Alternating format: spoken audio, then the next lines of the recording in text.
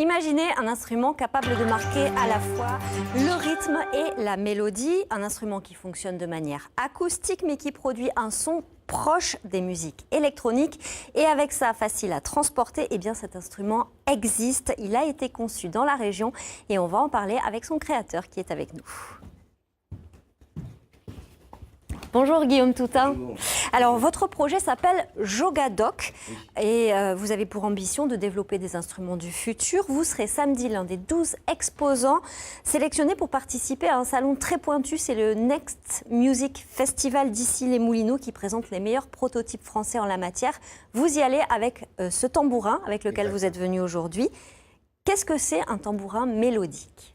Alors, le tambourin mélodique, c'est une évolution d'un instrument vieux de 3000 ans. Et donc là, on en est à un stade où il y a des nouvelles choses, notamment une manette donc qui va pouvoir tendre et détendre la peau, et un poussoir qui va permettre d'actionner un timbre. Alors la palette de sons, elle est très riche. Qu'est-ce que ça donne? Alors, exemple.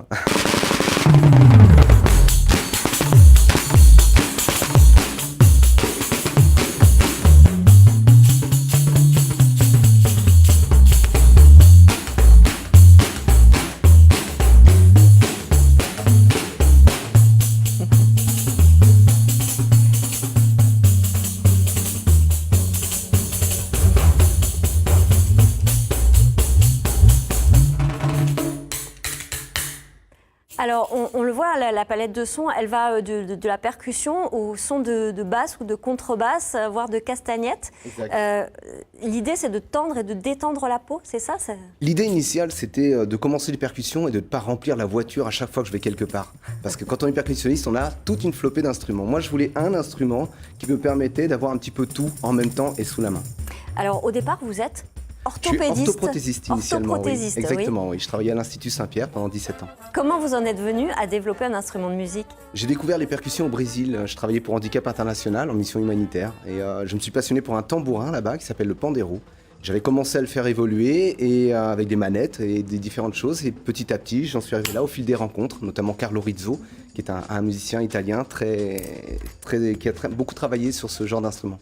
Alors aujourd'hui, il y a un brevet qui est déposé. Vous avez quitté votre premier travail d'orthoprothésiste. Tout à fait. Et vous travaillez en lien avec la pépinière de l'école des mines d'Alès. Qu'est-ce que ça vous apporte? Ça a tout changé. Je développais un travail seul chez moi. Un projet seul chez moi, et là je me retrouve accompagné par l'incubateur de l'école des mines d'Alès avec des gens professionnels, bienveillants, avec des formations, avec quelques petites aides financières. C'est quelque chose qui vraiment a apporté beaucoup sur l'avancement du projet. Et il y a des musiciens qui ont déjà testé votre instrument? Alors les musiciens, j'en ai vendu, je les fabrique artisanalement. Donc on peut compter parmi les musiciens Cyril Atef, ancien percussionniste de M et Boom Cello, Thomas Rubiecki avec Bernard Lavillier, celui qu'on voyait en vidéo tout à l'heure. Là actuellement on voit Sergio Bacalhau, un Brésilien. Il y a le percussionniste aussi, Alan Stivell, actuellement en tournée, joue 2 morceaux avec cet instrument. Alors, vous comptez fabriquer cet instrument dans la région? Est-ce que c'est financièrement réalisable? Alors, le but, c'est la vocation de Jogadoc, c'est de créer des instruments Jogadoc pays occitan. Donc, fabrication locale, on n'ira pas faire du made in China. Actuellement, des études de marché ont montré que cet instrument a besoin d'être un petit peu retravaillé pour être compatible avec le potentiel de marché et le marketing. Donc il va changer, un nouveau brevet va être déposé, il va évoluer. Voilà, donc c'est la démarche. Et c'est pour ça que vous avez besoin d'argent et que vous lancez un appel aux dons. Exactement, oui, parce qu'en février, si je ne trouve pas des fonds, malheureusement, l'évolution et le projet risquent de s'arrêter. Donc il y a un appel à financement participatif pour une commercialisation fin 2018 et pour tout renseignement, on va sur jogadoc.com. Merci Guillaume Toutain. Merci beaucoup.